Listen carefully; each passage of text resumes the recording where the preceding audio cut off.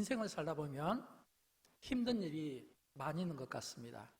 제가 그렇게 많이 살지는 않았지만 그럼에도 불구하고 저의 삶을 돌아봐도 힘든 일은 있습니다.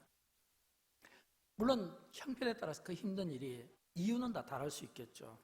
어떤 사람은 주변 사람 때문에 힘들 수도 있고 어떤 사람은 변하지 않는 환경 때문에 힘들 수도 있습니다.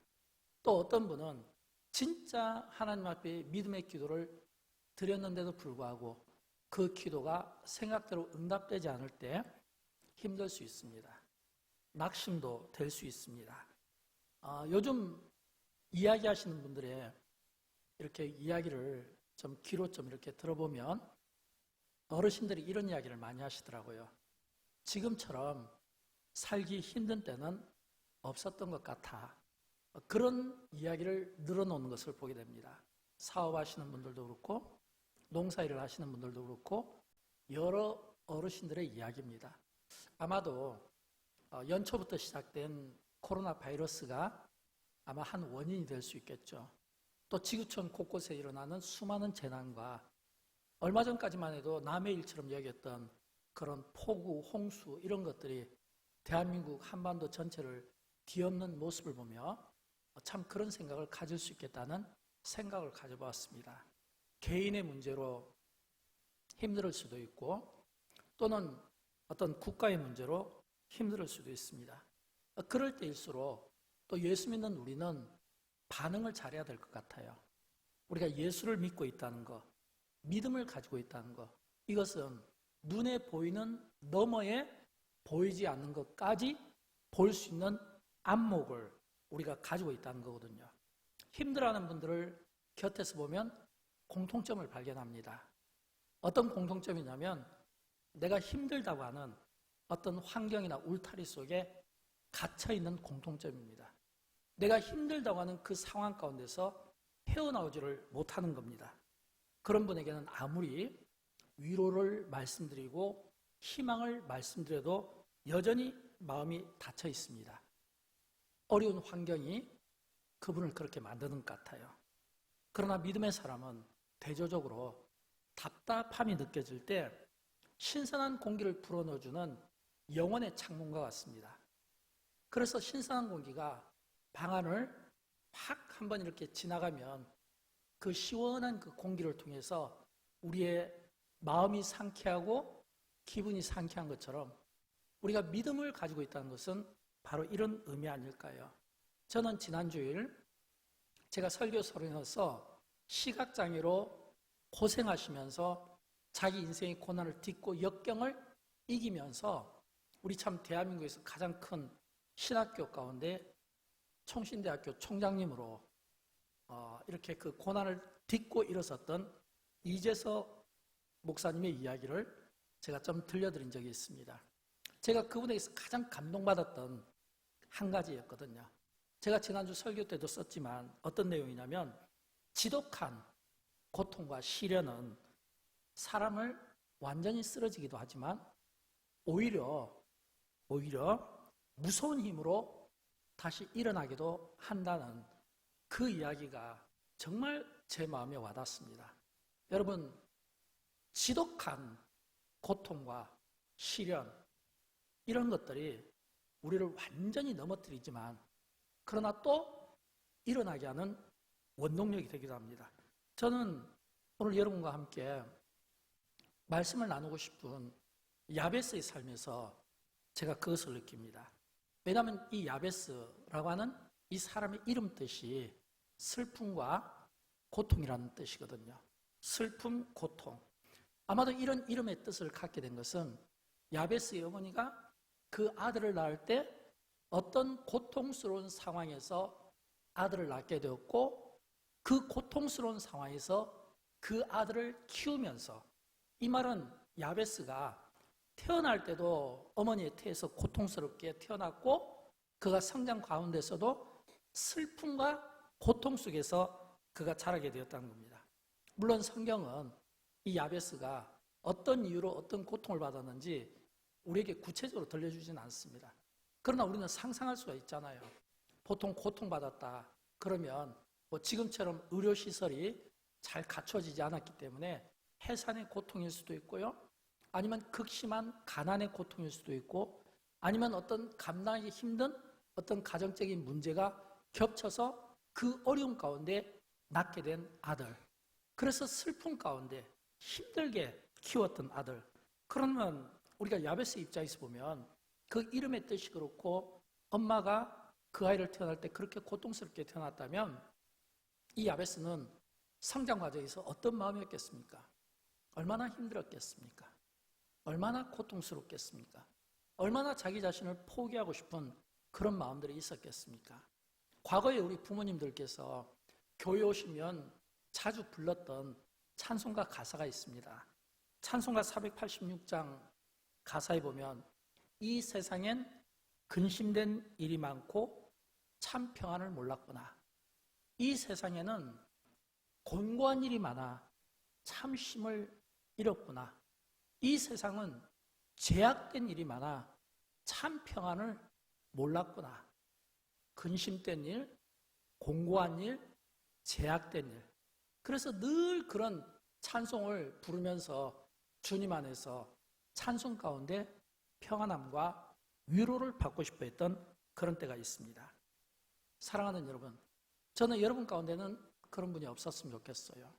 그러나 우리 주변에도 또는 여러분 개인의 삶 가운데도 어쩌면 이런 답답한, 이런 근심스러운 미래에 대해서 뭔가 불안해하는 이런 마음들이 계신 분이 계시다면 오늘 이 시간 우리가 야베스의 삶을 통해 그런 근심되고 답답한 이런 문제로부터 자유함을 얻고 오히려 인생을 역전시키고 반전시키는 삶의 기적을 우리가 야베스의 삶을 통해 배웠으면 좋겠습니다.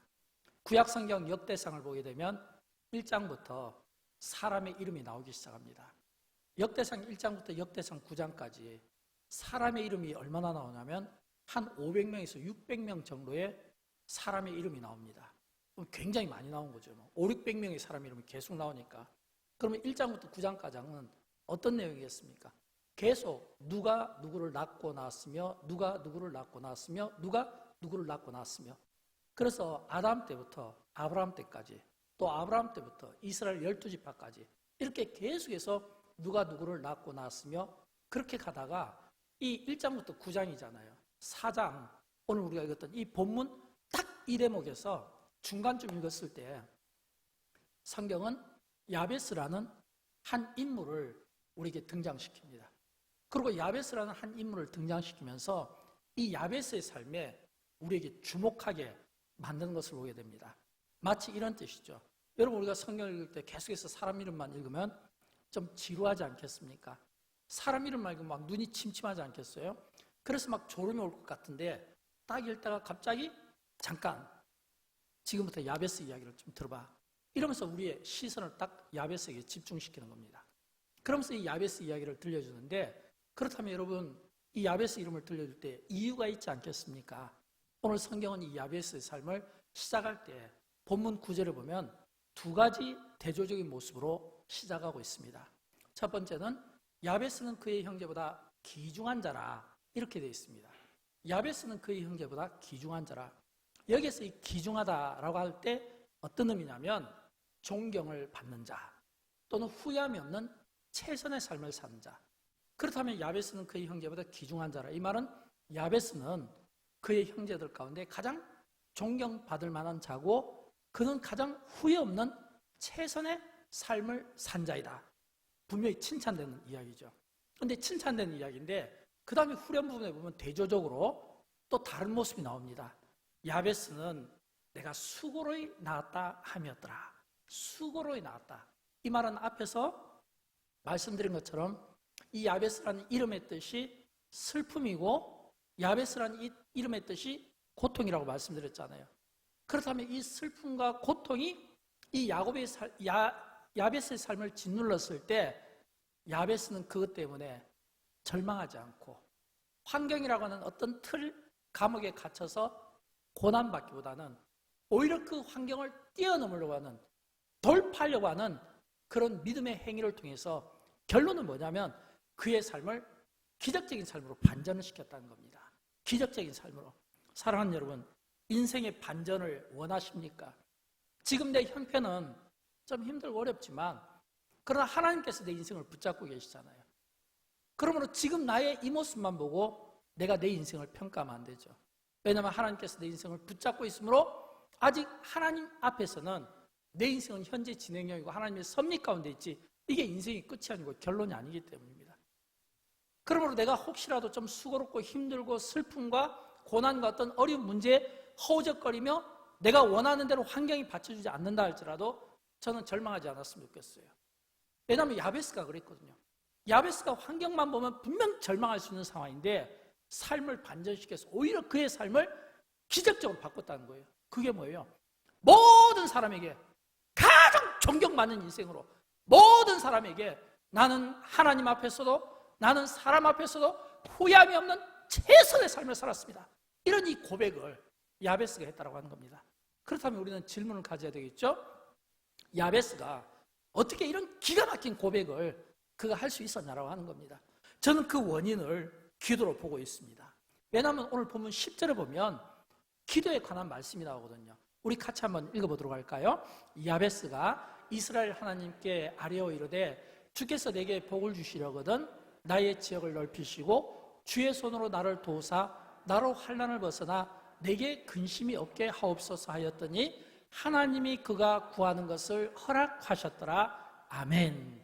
여러분, 이 말씀은 야베스가 이스라엘 하나님께 아뢰어 이 말은 기도하였더니 이런 뜻이거든요. 그 다음에 끝에 보면 하나님이 그가 구하시는 것을 허락하셨더라. 이 말은 응답하셨더라. 이런 뜻이거든요. 야베스가 아뢰어 기도하였더니 하나님이 그가 구하는 것을 허락하셨더라. 응답하셨더라. 사랑하는 여러분, 저는 야베스가 기도하였을 때 하나님께서 응답하셨다고 하는 이 영적 원리, 이 영적 법칙이 저와 여러분의 신앙생활에서도 똑같이 적용되었으면 좋겠습니다. 우리가 신앙생활하는 이유가 되었으면 좋겠습니다. 우리가 하나님 앞에 어떤 근심스러운 슬픔, 고통스러운 이런 문제를 놓고 하나님 앞에 기도하였더니 하나님이 응답하셨더라. 기도하였더니 응답하셨더라. 하나님께 아뢰었더니 하나님께서 허락하셨더라. 이런 영적인 법칙이 오늘 저와 여러분의 삶을 붙들어서 복되게 했으면 좋겠습니다. 왜일까요? 여러분, 본문에서 이 야베스가 아뢰었더니라고 했을 때 이 말씀이 그냥 우리가 읽을 때는 이게 지금 야베스가 기도했구나 이런 뜻이지만, 그러나 이 아뢰었더니 하는 이 히브리의 이 원어의 뜻을 보면 이런 뜻이에요.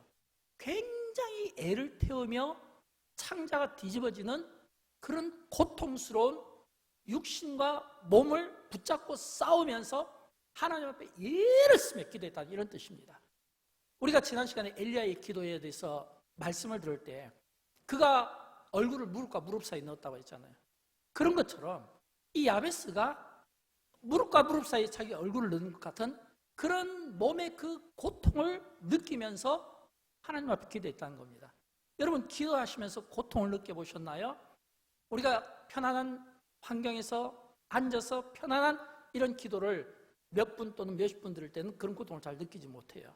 그러나 무릎으로 기도한다든지 또는 어떤 문제를 가지고 애를 쓰며 기도한다든지 하나님 앞에 정말 이 문제를 해결받지 않으면 안 된다는 어떤 그 절박한 심정으로 애를 태우면서 창자가 막 녹아가는 이런 이 고통스러운 기도 있잖아요.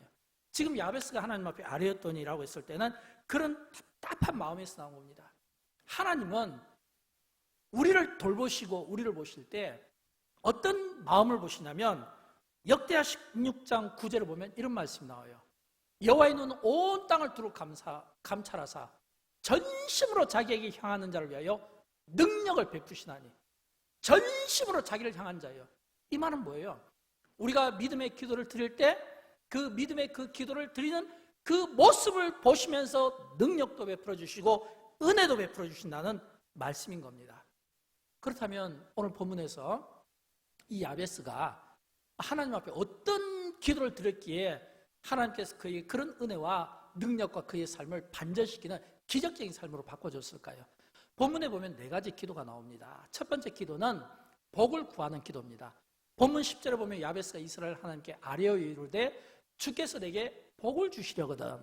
여러분, 여기에서 주께서 내게 복을 주시려거든 라고 하는 이 말씀 속에서 야베스가 느낀 하나님, 야베스가 생각하는 하나님은 어떤 하나님이냐면 하나님만이 내게 복을 주시는 분이라는 겁니다.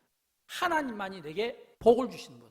다시 말하면 우리는 신앙생활하면서 다 하나님에 대한 이미지를 가지고 있습니다. 어떤 분은 하나님에 대한 이미지가 사랑인 분이 있어요. 이런 분은 사랑의 하나님을 많이 떠오르게 됩니다. 어떤 분은 하나님에 대한 이미지가 용서인 분도 있어요. 내가 지은 죄에 대해서 하나님은 눈 감아주고 용서하시고 또 참아주시는 하나님. 그런가 하면 어떤 분에게는 하나님이 긍휼의 하나님이 될 수도 있습니다. 나에 대해서 동정하는 마음을 갖고 긍휼히 여기시는 하나님. 그런가 또 하면 어떤 분에게는 이 하나님의 이미지가 하나님은 복을 주시는 분, 하나님은 하늘의 신령한 복도 주시고 땅의 기름진 복도 주시고 물질과 건강과 재산과 여러 복들이 전부 하나님의 주권에 있고 하나님만이 주실 수 있다는 거예요. 적어도 야베스가 주께서 내게 복을 주시려거든 하는 이 말씀의 뉘앙스는 내가 믿는 하나님만이 나에게 복을 주시는 분입니다. 이 확신이 야베스에게 있었다는 사실을 믿으시기 바랍니다. 야베스가 그런 심정을 가지고 그가 지금 하나님 앞에 기도하는 겁니다. 저는 여기에 추가로 하나가 더 포함됐으면 좋겠어요. 그건 뭐냐면 하나님만이 내게 복을 주시는 분이 맞습니다. 그러기 위해서는 어떻게 할까요? 하나님의 복을 내가 갖기 위해서는 야베스가 하나님 앞에 기도했던 것처럼 우리가 하나님과 예배와 기도를 통해 가까워지는 게 중요합니다. 가까워지는 게 시편에 보면 이런 말씀이 나오잖아요. 73편 28절에 보면 하나님께 가까이함이 내게 복이라 그랬잖아요. 여러분 진짜 복은요 하나님께로부터 옵니다. 하나님께로 하나님만이 복을 주실 수 있다고 확신하는 사람이 하는 행동은 뭐냐면 내가 하나님 앞에 가까이 나가는 거예요. 어떻게 해요? 예배를 통해서. 어떻게 해요? 기도를 통해서. 그래서 우리가 예배 한 번만 잘 드리면, 우리가 하나님 앞에 기도 한 번만 바르게 드리면 그 한 번의 예배가 내 인생을 바꿀 수 있고 반전시킬 수 있다는 것을 우리는 많은 분들의 간증을 통해 우리가 배우게 되는 겁니다. 사랑하는 여러분, 저는 소원합니다. 저와 여러분의 예배 생활, 저와 여러분의 기도 생활이 주님이 보실 때 중심을 감찰한다고 했거든요. 이건 우리의 외형적인 모습이나 환경을 보시는 것이 아니라 그 속의 중심, 하나님을 향해 목말라 있고 간절한 마음을 가진 그 중심을 보신다고 했거든요. 그 중심이 오늘 하나님이 보실 때 저와 여러분이 보여줄 수 있기를, 그 중심으로 우리가 하나님 앞에 나아갈 수 있기를 주님의 이름으로 축원드립니다. 두 번째는 이 야베스가 드린 기도는요, 지역을 넓히는 기도입니다. 주께서 내게 복을 주시려거든 하나님만이 내게 복을 주시는 분입니다. 그러므로 하나님 나의 지역을 넓히시고, 이 말은 나의 지역을 넓혀주십시오. 여기서 이 지역을 넓혀주십시오 라고 했을 때 두 가지 의미를 우리가 생각할 수 있습니다. 하나는 삶의 의미고 하나는 하나님이 내게 주신 복을 가지고 영향력을 끼치는 삶입니다. 삶의 의미라는 것은 예를 들어서 고대 사회잖아요. 아마도 야베스가 물질의 문제로 가난할 수 있어요. 그러면 하나님 나의 지역을 넓히시고, 이 말은 나로 하여금 가난으로부터 벗어나게 해주세요. 만약 사업을 한다면 나의 사업이 번창시켜 주세요. 또는 내가 소원하는 어떤 것이 있다면 그 소원이 이루게 해주세요 라고 할 때 의미가 하나가 있고, 또 하나는 하나님이 내게 주신 복으로 내가 하나님의 영광을 위하여 영향력 있게 쓰임을 받게 하여 주옵소서. 영향력 있게 쓰임을 받게 해 주옵소서. 여러분, 오늘 우리가 읽었던 이 본문 말씀, 이 야베스의 이 기도는 과거에는 이렇게 우리가 성경을 읽을 때 이 야베스의 기도를 우리가 그렇게 주목하지 않았습니다. 그러다가 이 야베스의 기도라는 이 브루스 윌킨스라는 분이 이 책을 쓰게 되었는데, 이 야베스의 기도라는 이 책이 한국과 그리고 이 세계에 이 책이 쓰여지고 번역되면서부터 한때 이 한국교회뿐만 아니라 많은 사람들에게 열풍적으로 팔리겠거든요. 그때 이 야베스의 기도가 많은 독자들에게, 아마 여러분 가운데도 많은 분들이 그 책을 읽었을 거라고 봅니다. 그때 그 책에서 감동적인 그 장면 하나가 있습니다. 그건 뭐냐면 이 브루스 윌킨스가 이 아프리카 잠비아 대통령과 이렇게 면담할 때였습니다. 그때 윌킨슨이 이야기합니다. 잠비아 대통령에게 대통령님, 내가 이 잠비아를 위해서 어떤 일을 하면 좋겠습니까? 왜냐하면 이분이 그 당시 NGO 활동을 했거든요. 그때 이 잠비아 대통령이 윌킨슨에게 이야기했다고 합니다. 지금 아프리카에는 에이즈에 고통받는 많은 어린아이들이 있습니다. 기근에 시달리는 많은 아이들이 있습니다. 굶주린 아이들이 있습니다. 배우지 못한 아이들이 있습니다.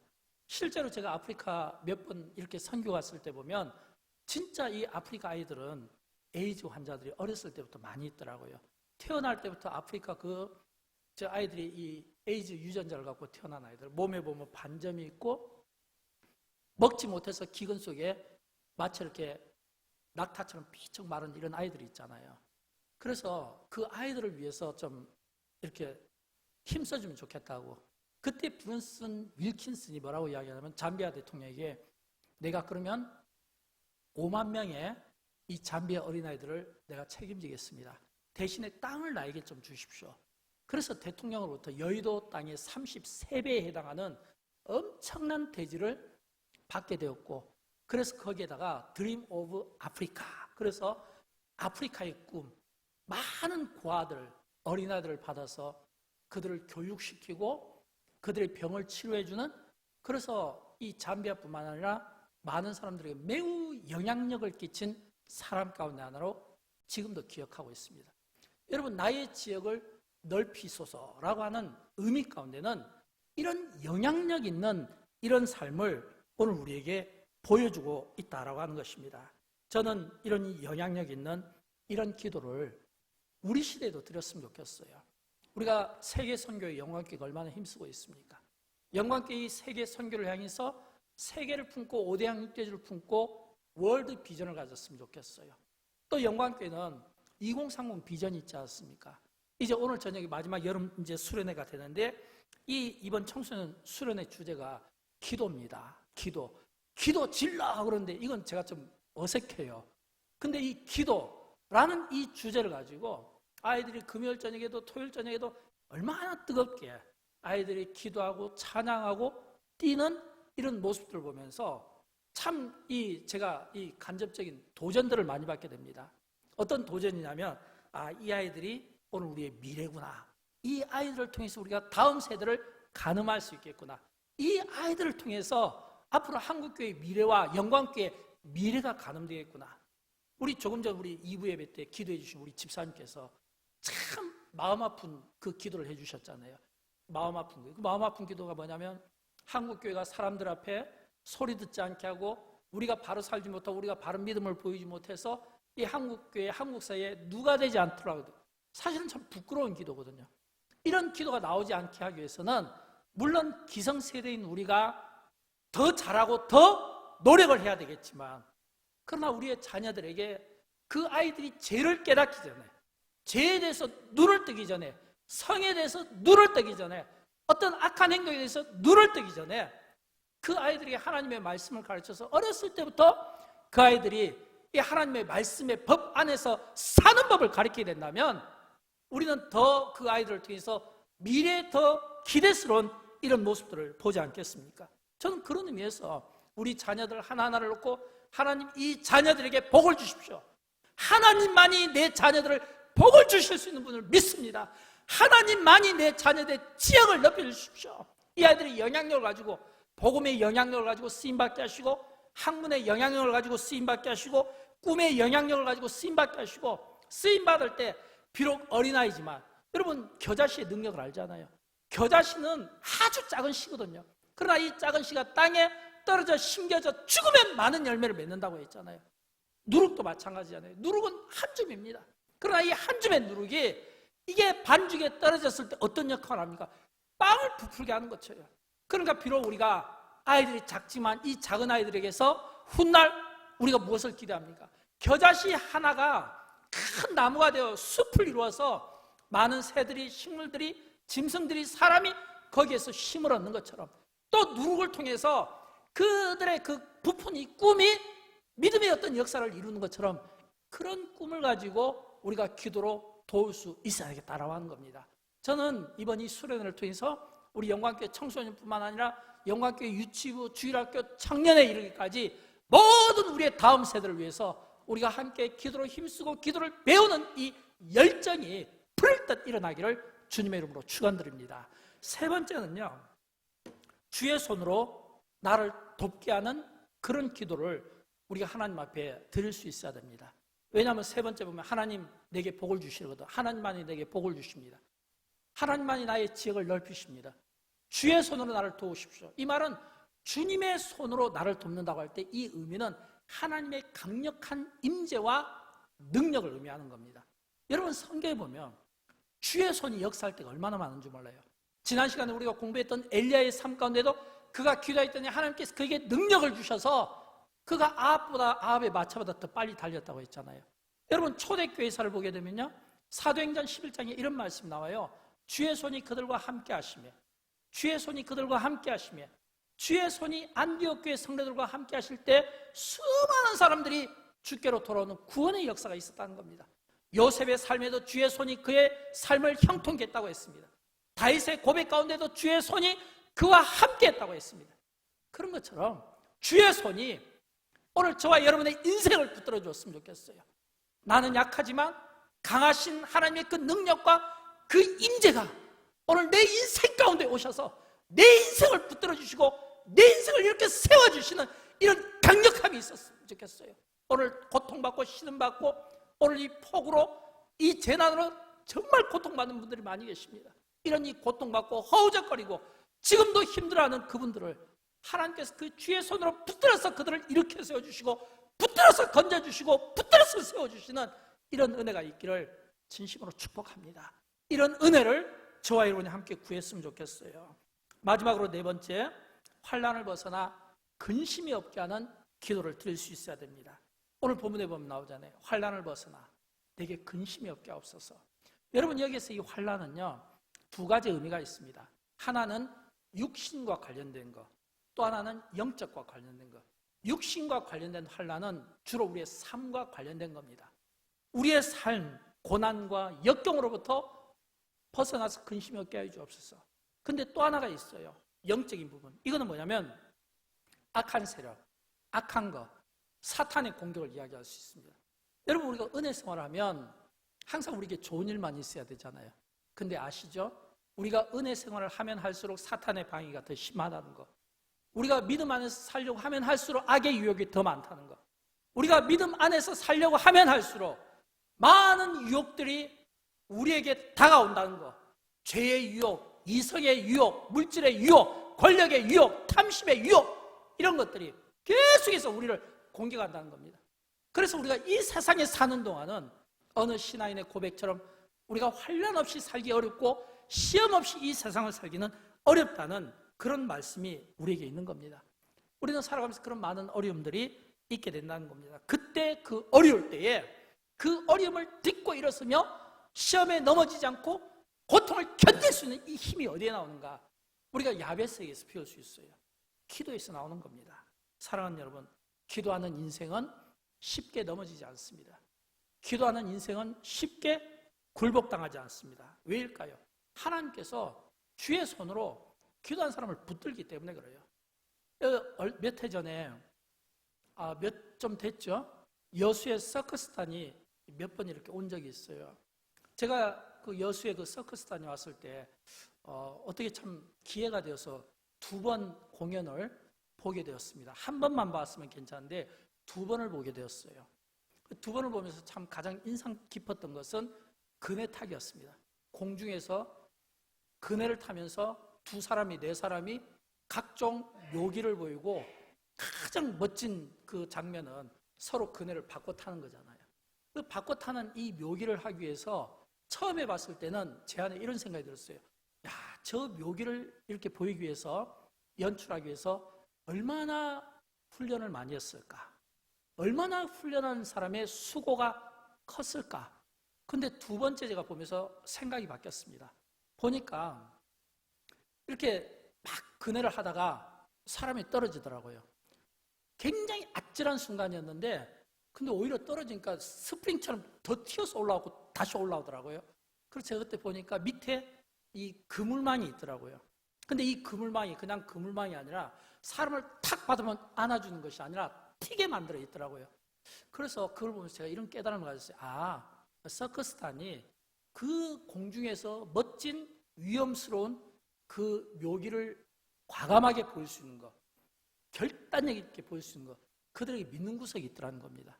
그 믿는 구석은 뭐냐면 그 바닥에 있는 그물망이었습니다.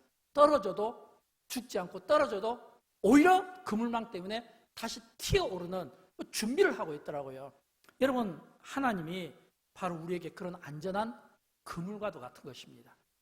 그래서 우리가 기도할 때 때로는 우리가 되지 않고 때로는 우리의 인생이 수고하고 실패한 것 같아 할지라도 그럼에도 불구하고 우리가 죽지 않는 이유는 하나님께서 붙들기 때문입니다. 그럼에도 불구하고 우리가 아주 엎드러지지 않는 것은 성경의 표현대로 주께서 우리를 붙들어 주시기 때문입니다. 이런 은혜가 있다라고 하는 것입니다.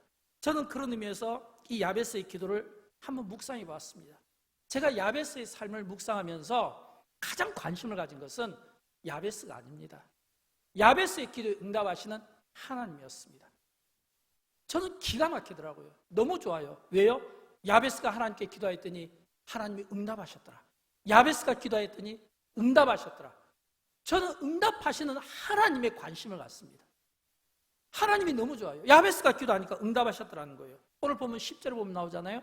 하나님이 그가 구하시는 것을 허락하셨더라. 바로 이 부분이거든요. 사랑하는 여러분, 누가 기도할까요?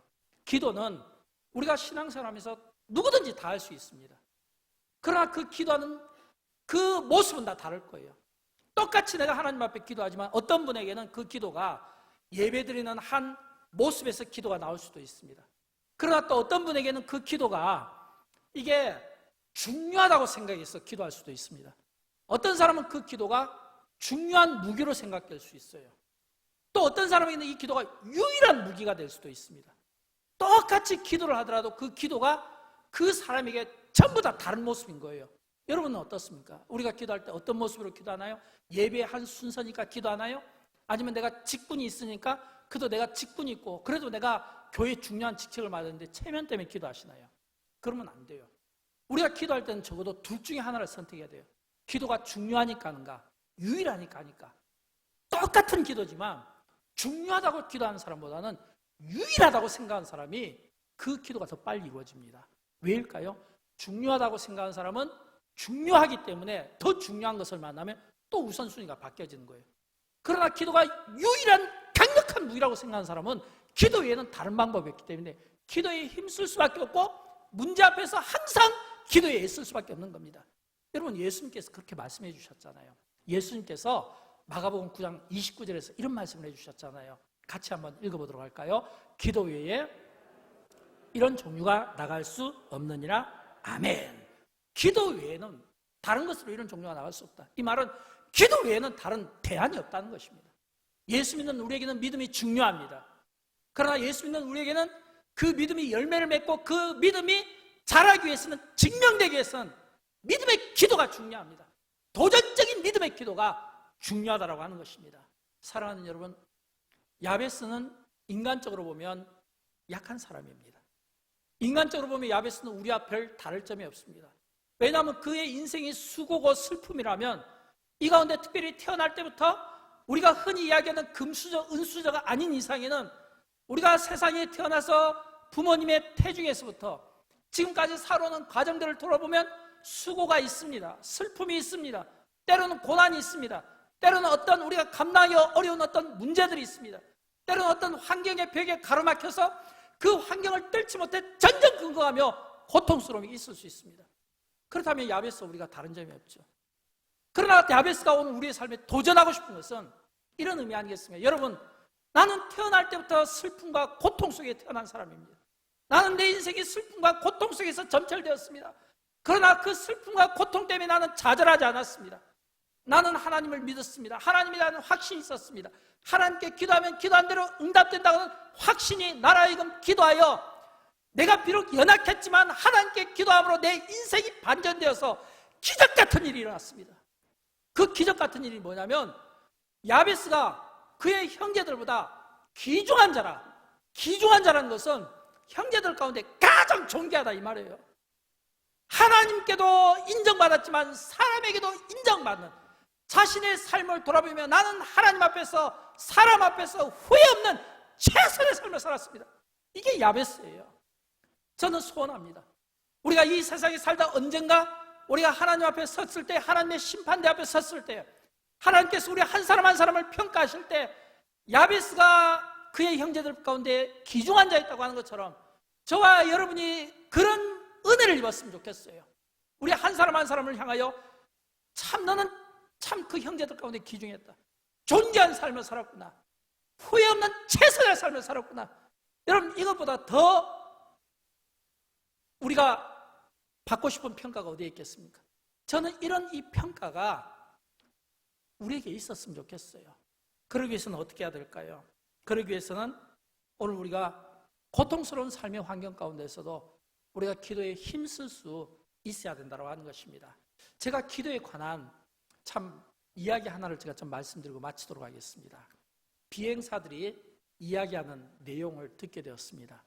비행사들이 이야기하는데 이제 죄송합니다. 이 파이러트들끼리 이야기하는데 파이러트 아닌 사람은 거기에 낀 거예요. 이야기하다가 이런 이야기가 나왔다고 합니다. 자동차는 엔진이 고장나면 차가 멈추게 되는데 비행기가 하늘을 날다가 엔진이 고장나면 어떻게 되는 겁니까? 어떻게 될까요? 자동차가 엔진이 고장나면 멈추잖아요. 그럼 비행기가 하늘에서 엔진이 고장나면 그때 이 파이러트들이 낄낄대고 웃더랍니다. 웃더라고요. 왜냐하면 그 중에 한 분이 이런 이야기를 해요. 비행기는 엔진이 2개입니다. 하나가 고장날 것을 대비해서 하나가 고장나면 바로 다음 엔진이 자동으로 작동되기 때문에 비행기가 서는 법도 없고 공중에서 떨어지는 법도 없다는 그런 이야기를 듣게 되었습니다. 그때 가진 깨달음이 이겁니다. 아, 그렇구나.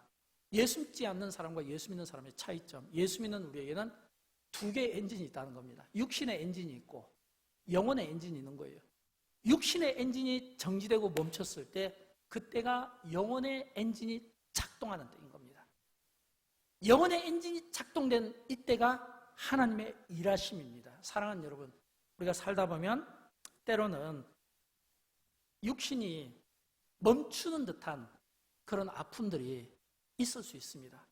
그러나 그때가 어느 사람에게는 자신의 삶을 포기하고 싶을지 모르겠지만, 그러나 기도하는 믿음을 가진 영혼의 삶을 사는 우리에게는 또 하나의 다른 엔진이 작동하는 출발점이 된다고 하는 사실입니다.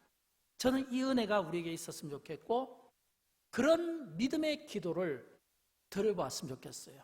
그런 믿음의 기도를 도전해 봤으면 좋겠어요. 하나님은 누구의 편일까요? 기도하는 사람의 편입니다. 믿음의 기도를 드리는 사람의 편입니다. 기도하는 자를 세상에서 부끄럽게 하지 아니하시고 수치를 당하게 하지 아니하시는 하나님이신 것을 믿으시기 바랍니다. 저는 영광교회 모든 사랑하는 성도님들이 기도할 때 이런 확신에 찬 기도를 드렸으면 좋겠어요. 우리 대한민국 사람들은, 한국교회 성도들은 애국심이 강합니다. 애국심이 강하다는 것은 나라를 사랑하는 마음이 크다는 거예요. 여러분 가운데 애국심이 강하고 나라를 사랑하는 마음이 있으시면 저는 여러분들이 엘리야와 같은 기도를 많이 드렸으면 좋겠습니다. 엘리야가 나라의 문제를 가지고 그가 하나님 앞에 기도했을 때 하나님께서 엘리야에게 주신 은혜는 뭐였다고요? 믿음의 청력이 열리고 믿음의 시력이 열렸다는 겁니다. 믿음의 청력이 열리고 믿음의 시력이 열렸다는 것은 사람의 소리에 귀를 기울인 것이 아니라 하나님의 음성에 귀를 기울이며 보지 못하는 것을 볼 수 있는 영적인 안목으로 나라를 위해서, 민족을 위해서 엘리야 선지자가 쓰임을 받았다는 겁니다. 그러나 여러분 가운데 개인의 문제로 힘들어 하신다면 저는 야베스의 기도를 드려봤으면 좋겠어요. 왜냐하면 야베스의 그 기도를 보면 그의 그 개인의 슬픔과 고통을 딛고 일어나서 그가 하나님께 복도 달라고 기도하고 지역이 넓어지도록 기도하고 또 그가 하나님 앞에 환난과 근심이 벗어나도록 그가 기도하는 이런 영향력 있는 기도를 드림으로써 인생의 삶을 반전시키고 그의 그 고난의 삶을 기적의 삶으로 바꾼 그 기도, 힘, 기도의 능력이 야베스에게 있었던 것처럼 오늘 우리가 개인의 문제라면 저는 이런 야베스와 같은 이런 기도를 드림으로써 오늘 우리의 어렵고 힘든 피곤하고 고단한 이 삶을 돌파할 수 있는 이런 은혜가 있었으면 좋겠습니다. 이런 영적인 원리가 이번 여름 수련회 때 우리 자녀들의 기도 가운데 있었으면 좋겠고요.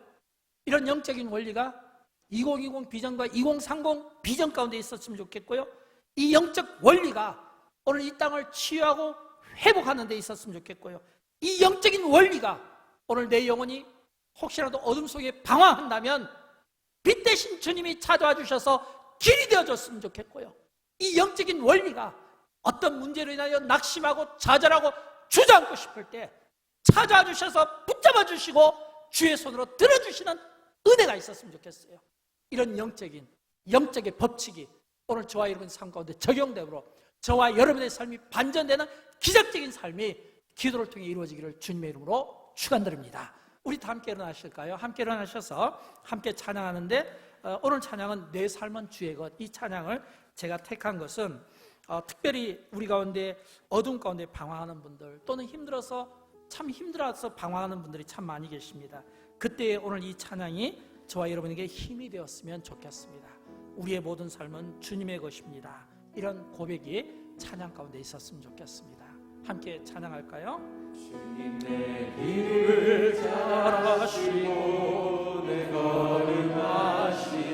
걸음하시네 어둠에서 빛을 내시는 그분을 믿네 무엇으로 주를 섬길지 어디로 가야 할지 애매이는 나를 아시고 길을 여시네 내 삶은 주의 것 내 삶은 주의 것 온전한 신뢰를 주께 드리네 보이지 않아도 믿음으로 걷네 주 영광 바라보며 주만 따르네 주님 내 길을 잘 아시고 내 걸음하시네. 주님이 여러분의 길을 잘 아시고 여러분의 걸음을 아십니다. 여러분이 인생의 그 방황 가운데 빛으로 찾아와 주시는 주님을 믿으시고 찬양 가운데 만나시기를 바랍니다. 무엇으로 주를 섬길지 어디로 가야 할지 애매이는 나를 하시고 길을 여시네 내 삶은 주의 것. 우리 다 함께 두 손 들고 찬양할까요? 삶은 주의 것 내 삶